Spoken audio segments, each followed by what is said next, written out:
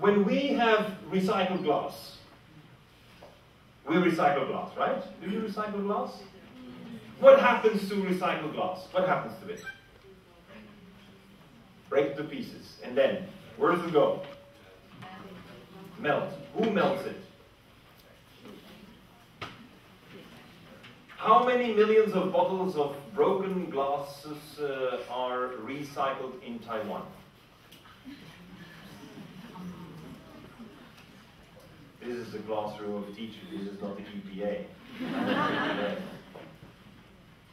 How much do you think? How many bottles, how many containers in Taiwan are made of glass and how many containers are made out of plastics? More plastics? Yes. Much more? Yes. How many glass bottles do you have at home in your refrigerator?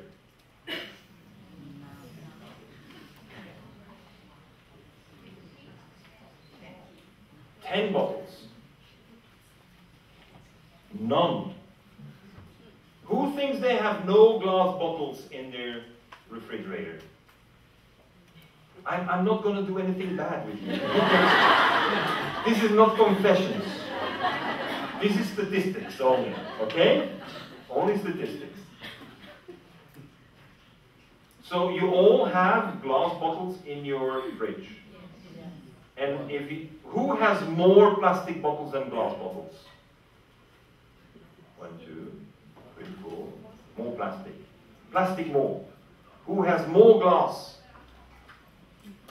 Very unique. First time in history, since I'm teaching, in a group that has more glass.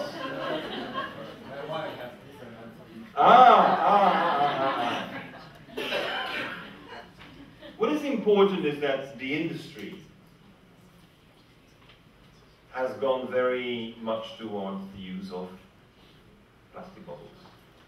What's the reason? It's cheaper, lighter, doesn't break, safer. Give me more reasons. Faster in production.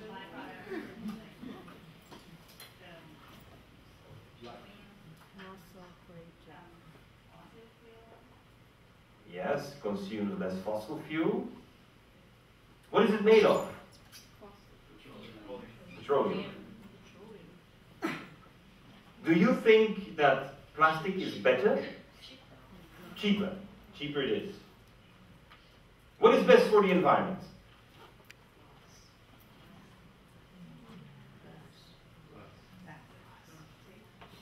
What is the kind of analysis they do in industry to see what is best for the environment? They call it a LCA, Life Cycle Assessment. So they look at the whole life cycle, how much energy was spent. Now the big industry like the Coca-Colas, they have decided that plastics is better because of all the arguments that I heard here. I disagree. What do you expect? I disagree. Why? Because the comparison of a glass bottle with a plastic bottle is only for its use as a container of a liquid. And afterwards, what do? Recycle. How many plastic bottles are recycled? What is the main form of recycling of plastic bottles in Taiwan?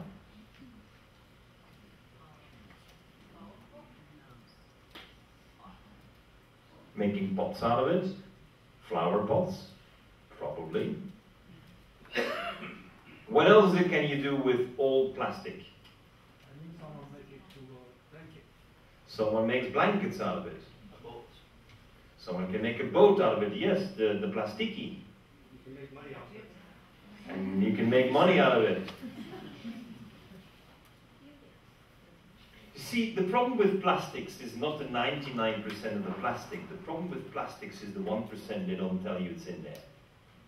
And the most important component that is in there is a product called a UV protector.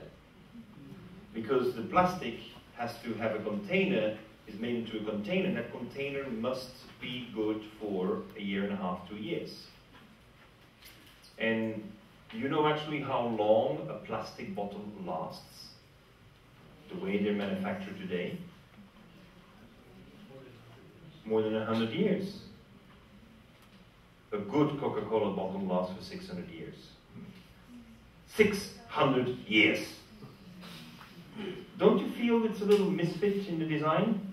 How long does it take you to drink it? So, how come we have, and then the cap, what is the cap made of? It's made of a plastic, and it's a different plastic because it has to be hard plastic because you have to seal it off, and that cannot be done with a polyethylene or with a PET. So they're using polypropylene. What's the half-life of polypropylene? Add a 0.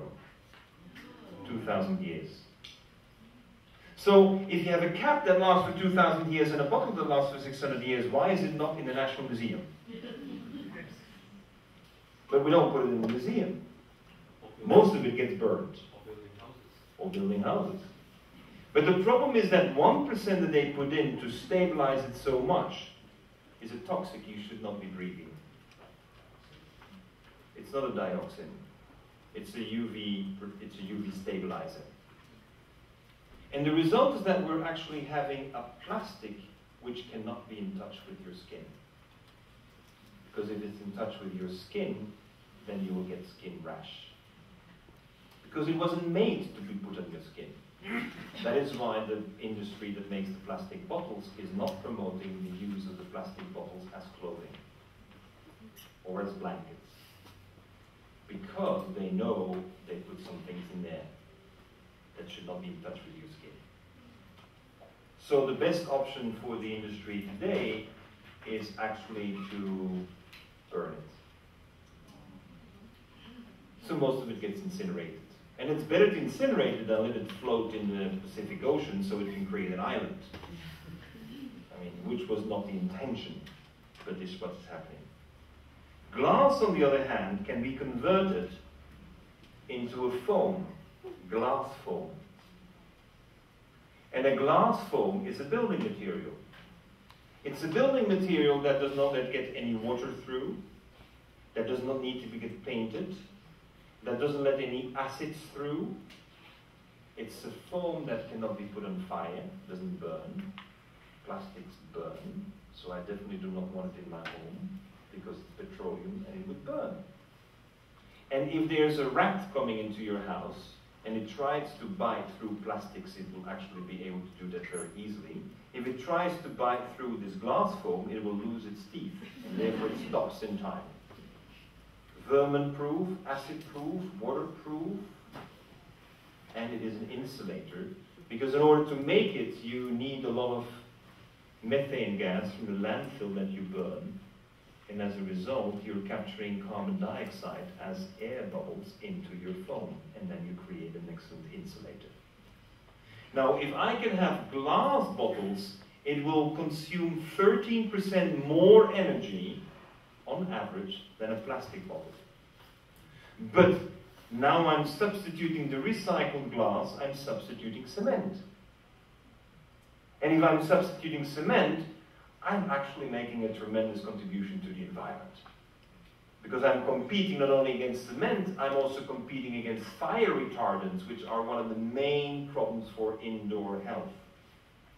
Because the bromides that we're putting as a fire retardant to our homes are a toxin that are carcinogens. We know it. But you have to choose between a slow death of cancer and a fast death of fire. Which one do you like? Neither. And so therefore, that's the choice I don't want. And so, what we have been able to do, the first factory was built in Belgium. Why was it possible to build the first factory in Belgium? Because the Belgian government prohibited serving in hotels, restaurants, and cafes out of a plastic bottle. It had to be in a glass bottle. And as a result, there was a huge glut, and people started thinking, what the hell can we do with the glut? And an old technology from the 1930s was rediscovered, and a company called Pittsburgh Corning from America from Pittsburgh, America, set up the first factory in Belgium, has now the second factory in the Czech Republic, and we're expecting about 3 more factories this year. 1930s, the technology of making the foam was invented. And so this is the story how to take it apart.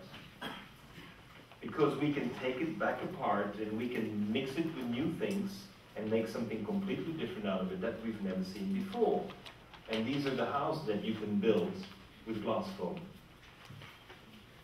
Prefabricated houses takes you 3 days to put it up. And the material intensity is half of a normal building. Half. And you know what is funny? They pay you to take the glass. And this is interesting.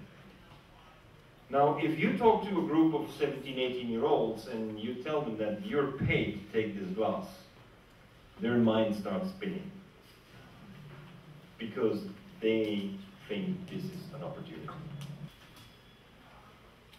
5 million bottles are needed to put up a factory. How many Taiwanese are here?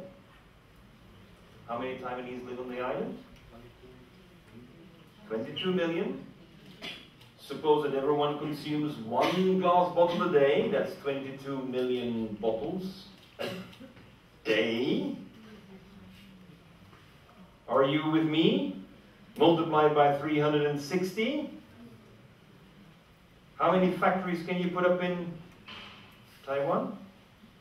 At least a dozen. What is needed? Simple decision by the government. Use glass and not plastics. Taiwan has the highest carbon emissions per capita in the world. The city Kaohsiung has the highest carbon emissions of any city in the world. World leader in emissions. Why don't you change this around? Give a couple of good clues, good examples. So that it can be done differently. Because all the excess energy from most of plastics could easily be converted into the energy required in order to make those building materials.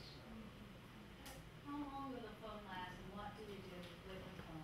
The foam will last for 50, 70 years. And if it is end of life for the building, you crush it and you remelt it and use it again. Because it's silicium, it's silica, it's sand. And you can't destroy sand. You can destroy petroleum.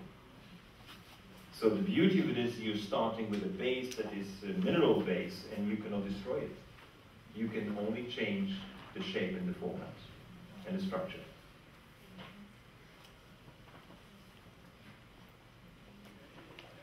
What is the major factor that builds development? The major factor was actually very simple environmental legislation. The Green Party was member of the government of Belgium in those days, and the decision was made to relieve the load on the landfill. The landfill load became, Taiwan, you are on the edge with your landfills as well. And the only solution they find is burning it, like the Japanese. And the Japanese would be happy to sell you incinerators. But incinerators basically is not burning, it's making smaller and more toxic. So you have the same waste, smaller volume and more toxicity. And you pay for that. I don't think that's a smart decision.